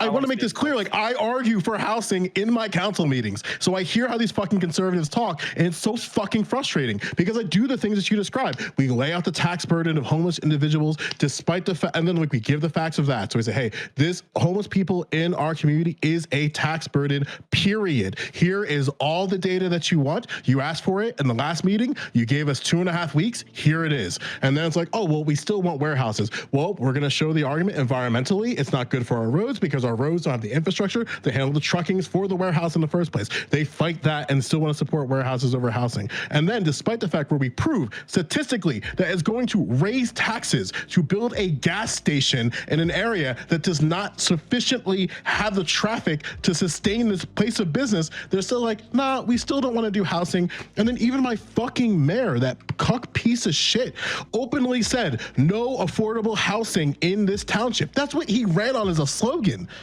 and he won re-election. Yeah, Okay, I find this. I sorry, counter. No, I find this notion that you're arguing that if we just beat them in a debate, and we just lay it out to them on paper and show them how it's actually more economically feasible to house the homeless. Come on, that has never worked for anything. Whenever the left No, is bullshit. Can I please? Go ahead. Yeah, that's bullshit Ty right there. And please, Chow. you just name an I example. literally have an example off the top of my head. I'm just waiting for You my can turn. hold on to it, Ty and Chow. Okay, so I've said this on this panel before a ways back, and this is the part where like you're not going to win over most conservatives with facts and logic. You're going to win them over on principle, and this is the part where me and Connor like really want to stress is that you have to iterate by principle that actually helping people in the short term is better than, or I'm sorry, in the long term is better than the short term in regards to. They think public housing is just a net loss. They're like, oh, well, these people are bad people, or they think that they can't take care of themselves, so they're going to come in, destroy the property, whatever else, right? You have to illustrate to them that it is better for them to be in a place that is basically supported by the community than it is for them to be sitting in a jail cell at night because they're, delinquents or they got thrown off into the cold. That is the principle you have to sell to them. You can do it, but you're doing it through the exact wrong way. It's not facts and data. It's putting them in their shoes. Yeah, I actually agree with Connor and Tiberius here. Like, I think that a lot of the mistakes that people on the left will make in general is that they try to make like a moral argument first, and then they'll come with the fiscal conservatism. Just start with the fiscal conservatism. I've had success talking to conservatives about drug policy, about that, like decriminalization and putting that money into treatment, right? I've had success talking to like conservatives about housing policy this way, like fiscally conservative. Criminal justice reform. Incarceration is very, very, very, very, very fucking expensive. If you just like argue from the fact that like crowding our prisons costs them money and taxes, like they're a little bit more receptive to like, maybe we do reevaluate. Like, but the concern I still have here, like the concern I have here, like. Let me give you a situation that just happened that we use a fiscal argument. We have about 57 broken street lights in our township right now. This costs anywhere from $2,000 to $3,000 per light. We argue that if we were to fix these lights, that it's actually going to be, to replace them to be solar, it's actually going to be cheaper. We laid it very clearly that was going to be cheaper, and that's actually not going to continue running and cause a burden to the taxpayer. Because at the end of the day, the taxes are expensive in this township because in part due to one situation of these lights. One of the arguments that was overwhelming from individuals during open comment was that they don't want to repair them because they like seeing the stars at night. How am I supposed to rhetorically challenge that? Nice. Listen, all right. Number one, I agree with that. Being dead serious. Because he hasn't had a chance. Joe, I can't speak to your anecdote, but what I could say is that their concern, then you have to recognize, is no longer in the fiscal realm. Okay, It is- it's in the realm of pretty lights, pretty stars. Okay, so that's kind of where you have to argue against. So no sort of economics is going to go against that. But if you're going to be talking to somebody like, say, Counterpoints or Tiberius, who for the most part think a lot about economics, then yes, Counterpoints has a wonderful point. Bring up that first. And I just, what Spectre said But before, what it made me came. Oh my god! Because like, I have this problem listening to debates online, is that so many people think that, oh my god, the argument that I'm convinced by, I think is the strongest, is going to convince other people. When for the most part, liberals and conservatives, or like even anybody, is going to think differently. So like it just boggles my mind whenever somebody's like, oh yes, I'm a liberal, I'm a humanitarian, my moral high ground, this should totally convince you. And then they get so baffled and dumbfounded when all of a sudden nobody's listening to them. Dude, I literally didn't give a fuck until somebody brought up the fiscal argument. Like, you might as well have not said anything for the first 5 to fucking 10 minutes, because you're like, people freeze and die. And I'm like, yes, that's what human beings do. People freeze and die in Finland. I'm like, I'm pretty sure that's just what Finnish people do in general. But when you say housing people is more economically efficient than not housing people, and on top of that, we can set up the system in such a way that our investments in the community aren't going to degrade, or if they do degrade, it's sustainable. And on top of that, it's financially advantageous to do so. You have piqued my interest, because I'm looking to propagate community into the future. I'm not just looking for fucking tomorrow. You show me somebody who's fucking hungry tomorrow, I'm gonna give them a fucking sandwich, I'm gonna tell them to go fuck themselves. If you tell me how to help that person fucking long term to the point that they can live and sustain themselves and become economic vectors that are, you know, basically able to support themselves and their communities and all that kind of shit, you have my interest and I want to help you. And by the way, Captain A. Jones, I want to tell you to stick something right up your fucking ass. I live in the most Darwinian state in the country. Florida, literally, when they're like, hey, 10,000 people or 10,000 homeless people die every decade because of being unhoused, Florida says, great, how can we make it 20? Okay, literally, that's my fucking state. All right, so what they did, because they're relatively logical despite being fucking absolute psychopaths, is they did the calculation for what happens when homeless people go to the emergency room or the jail cell instead of getting anti-schizophrenic medication. And as a result, they did the math and they realized that providing anti-schizophrenic medication to homeless people for free, like, is 90% more cost effective. And as a result, in the state of Florida, schizophrenics can get their medications for free. So what I'm saying is, like, you might not be swayed by fiscal conservative or social conservative arguments, but basically, like I'll just explain the logic super quickly. Social conservatives think that if you behave a certain way, you can be a self-sustaining human being, or that there will be enough people within your life that they will take care of you. That's what a social conservative believes. And then a fiscal conservative believes that you should live a socially conservative life. That way you're not reliant on anybody else. And the state should not pour money down people who are not living a social conservative life, because those people are money drains and they're degenerates and they're going to reproduce because you've given them a perverse incentive in order to do so. So you're going to destroy society by trying to help people. This is what fiscal conservatives and social conservatives believe.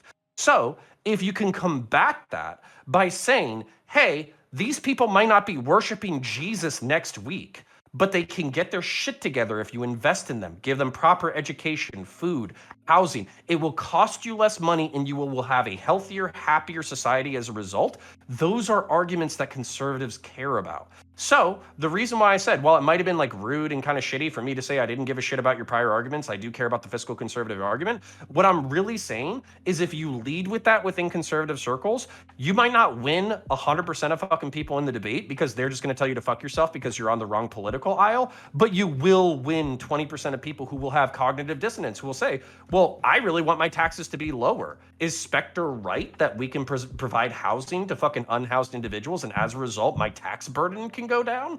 You know, of course, Spectre is going to find a new way to spend that fucking saved money. Hold on. Can I just really quickly address that? Yeah, go. So, like, what actually happens in reality is that you want to balance things out, right? So you have a negotiation. You're like, to house the homeless, we're we're gonna need to like increase the sales tax by 0.25%, and then that never happens because conservatives, like you pointed out earlier, Counterpoints, are only interested in conserving the status quo. They're not interested in actually making new policy. So then I mean, you just said wait, and also hold the fuck up. Not capable of taking out debt. Like you don't have to pay for it right away. You can just put it on the credit card and then like watch it pay for itself later.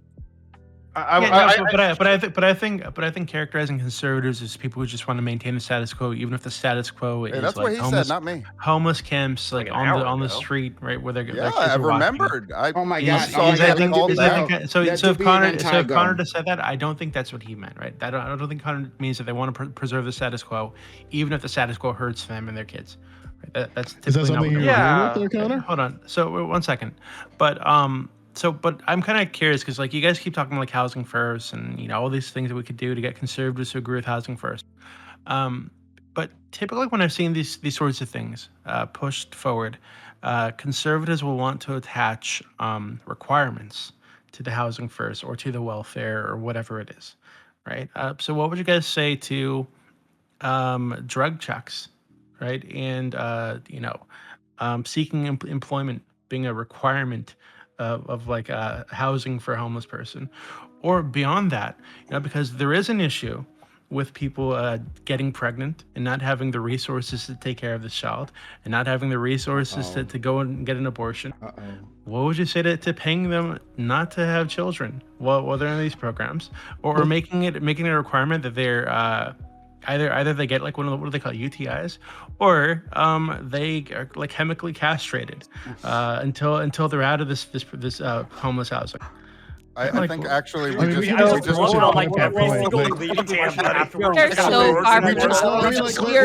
far from topic right now. Yeah, this is what we do with what Doobie just said. We forget about it because it was completely irrelevant. That's going to be the I actually want to hear it, right? So the question humor it. Again, these are the exact same arguments that council members proposed to add on this. And the one question that another council member said to our mayor, what are we looking for when we are drug testing these individuals? Well, hold on. Hopefully not marijuana. No, what are we looking for? Hold on. So if that's the question. So what the typical conservative is going to respond, my experience is, hey, if I'm my tax dollars are going to housing this person when I need to work my fucking ass off to pay those taxes in the first place. If I'm paying for that person to just exist in a space that I don't have access to, then I don't want them doing recreational drugs. Right? I want them out there. I want them out there getting a job and working their ass off to get out of that space just like me. Who will be responsible for paying for the drug test? Is that going to go towards the individual, or is that going to be fronted by the local hospitals? I can answer this. Oh my God, it's so easy. So first of all, you're already paying them to occupy a space. It's just outdoors. Again, these people already cost you money. 2, the reason that it's called housing first is because the first thing that you do, at least in Finland, San Francisco has some of the requirements that you're talking about. That's why 1 in 10 of these things sit empty, or at least part of it, not just mismanagement.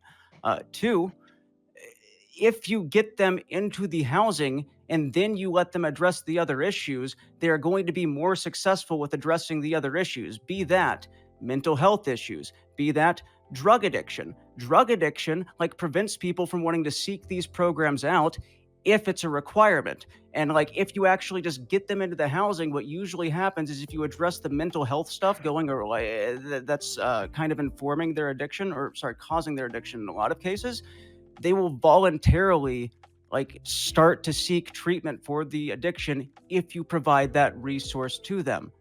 Then they become productive members of society, start paying taxes. Why make you voluntary? Why not just get them into the housing first, right? And say, hey, if you want to stay in this housing, this nice warm bed, because some of them we're going to require because drug addictions. Well, then fuck those people, right? I think we got to realize some of these people we can write off as wastes of time and losses to the system, right? Okay, so like, this is some going to people. If you want to choose a needle over a warm bed and a chance of getting your life to better, hey, fuck you. What about a person born with an addiction? No, fuck you. you, Doobie. Fuck you. All right. The biggest indicator that somebody is going to be successful in the cessation of abusing drugs that they are addicted to is if they enter into treatment willingly. If you coerce them, you are looking at a much, much lower success rate. So what you are actually implying or suggesting here that we do is we basically coerce them with free housing, like to get off of the drugs, which they're not getting access to the resources to get off of the drugs if they're houseless, or at least it's going to be much harder even with access to those resources.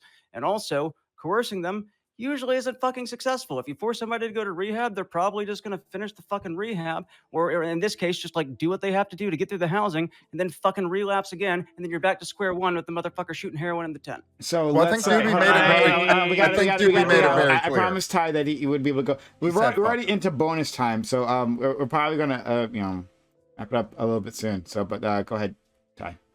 Oh, I said what I wanted to, I think, or I lost whatever the fuck I was gonna say. So I apologize. Ciao. All right, so Doobie, I'll play your game, and I'll outright say that I definitely prefer Spectre. I'll definitely prefer what Spectre wants, but I'll still play your game. I am willing to commit to housing first, but like before that, drug tests. However, on top of that, and this is where I kind of want to break bread with you, is that the condition to getting the housing and not getting kicked out of that housing isn't for you to be tested negative from the drug test, but more so that you are put into a program for you to be rehabbed out of those drugs, out of that drug addiction. Yeah, I think that's what I said, right? So what I said was no, you didn't say that. No, you didn't say that. Well, maybe you misunderstood. You said so that. What I said. What I said. Shouldn't be going. I did. Hold on. You guys are misunderstanding. Revise it. Somehow, this was a very simple statement. I don't know how you guys are like Sure. getting it. So what I said is that you get them to the housing first, and say, hey, if you want to stay in this nice warm bed, and this house that we're giving you for free, then we're going to require that you go to rehab, right? And I'm totally fine with the state paying for that rehab at every level, right? For as long as it fucking takes to get them better, and to get them job training, and to get them on their feet. That's totally fine, right? So now it's no longer a I never said test, it's now a hold rehab. Hold on. I never said. Wait, one second. You said I never said. That's exactly what you said, wait, friend. No, you guys wait. That's great. Okay, you guys. I gave you guys separate levels, right? Because typically, when these programs are put forward. Yes, I did. Wait, do you think that I went from drug tests to why do you think Chow pushed back as hard as he did? If you weren't clear initially, fucking follow. It doesn't matter what he said. Just listen to what he's saying. Go for it. You're changing your when I went from fucking drug tests to eugenics, right? This was to demonstrate. This was to demonstrate that these people will ask for certain requirements, right? Or like compromises, right? So they're going to say, hey, no, I'm not going to just give you the free house. You got to give me something back. And sometimes they'll say drug tests. Sometimes they're going to say mandatory rehab. Sometimes they're going to say we're going to mandate that you need to be looking for a job. And if you're not looking for a job, you're going to get the fuck out. My proposition, my ideal situation would be that these people wouldn't be having kids, right? And if that means you need to pay them $25,000 not to have fucking kids, that's totally fine. I'm just curious about something, DB. What if they do have kids? Will you give them support then because now they need it because they have kids? Wait, hold on. So after they've agreed not to have children, right? They've gone through whether it's the UTI or the chemical castration, right? If they somehow miraculously have children, well then, hey, that's what abortions are for. Okay, shit happens. God, does anybody agree with this eugenics take from or they can raise their hand give Doobie, I want to know. I'm actually more curious as to why. What are some specific reasons I think poor people having children is pretty bad. You think poor people I think having children in a situation is pretty bad. Can I get you on the record? Wait, I just did. I think poor people shouldn't have children. But further, if you're in a situation where you're in like free, don't be a Can you define what poor is? Don't be an idiot. Look, if you're in a situation, an idiot. He says an idiot after saying all poor people shouldn't have children. Yes, don't be an idiot. public housing because you just got off the fucking street and you think it's a good idea to have children, you shouldn't be having children like ever. Your brain's not working. Wait, Right? hey, So, like, Doobie, I gotta ask you. So, no, hold a minute. Like, are you wanting to do this through like the way of like free contraceptives, or are you like wanting to give hysterectomies? Like, how far are you wanting to take no, this? hold on. I'm talking about like temporarily. So what's so bad about poor people? What's so So bad like, about agreeing No on one that? likes over poor again. people. We've established this. Tiberius, no, I'm actually really curious. I want to delve down into the like higher, I want to delve down crime into rate, the higher fucking deranged Guys, mind. some of us have children and wives. I mean, Jones. I mean, what Doobies did, like we did this to Puerto Ricans in Operation Bootstrap. We literally gave Puerto Rican women contraceptives, and then we brutalized their bodies so much so with these experimental contraceptives given by the United States I'm government. not talking about experimental drugs. Like, What I do you- mean, like, don't say that we did exactly what I'm talking about, and then talk fact about that brutalizing Bmore- bodies with the fact that Bmore is experimental even alive as contraceptives. Puerto Rican in the United That's not States at all is- what I'm talking about. So How you're full dare of you shit. misunderstand him? He means with normal methods. Sheesh. Yeah, Connor, like, you know? hold on. So That makes chemical it way better. castration for No, that men, makes it way better. UTIs for women, right? This isn't like, it's not that complicated. So Connor, something that you brought up when it comes to rhetoric, and I was kind of alluding to this when I mentioned the situation with the lights in my township, is that when it ends up to the individuals who are voting for these things, a lot of times, at least in my experience, they cater to the public opinion on these things. So even though like we were able to clearly articulate that, hey, the burden towards lights, like the cost is going to bring taxes down, and it's going to not only make our community safer for drivers but safer for cyclists, my mayor just basically recited like, yeah, like his community likes a dark community and they like seeing the stars. And we were just sitting there going, did our mayor really just fucking appeal to the argument of stars when he clearly said like he wanted to see the tax burden go down and we did all this research? Like, why the fuck did we do all this research if he was just going to cater to the stars argument? Because democracy, dude. Your problem isn't with the fucking your problem isn't.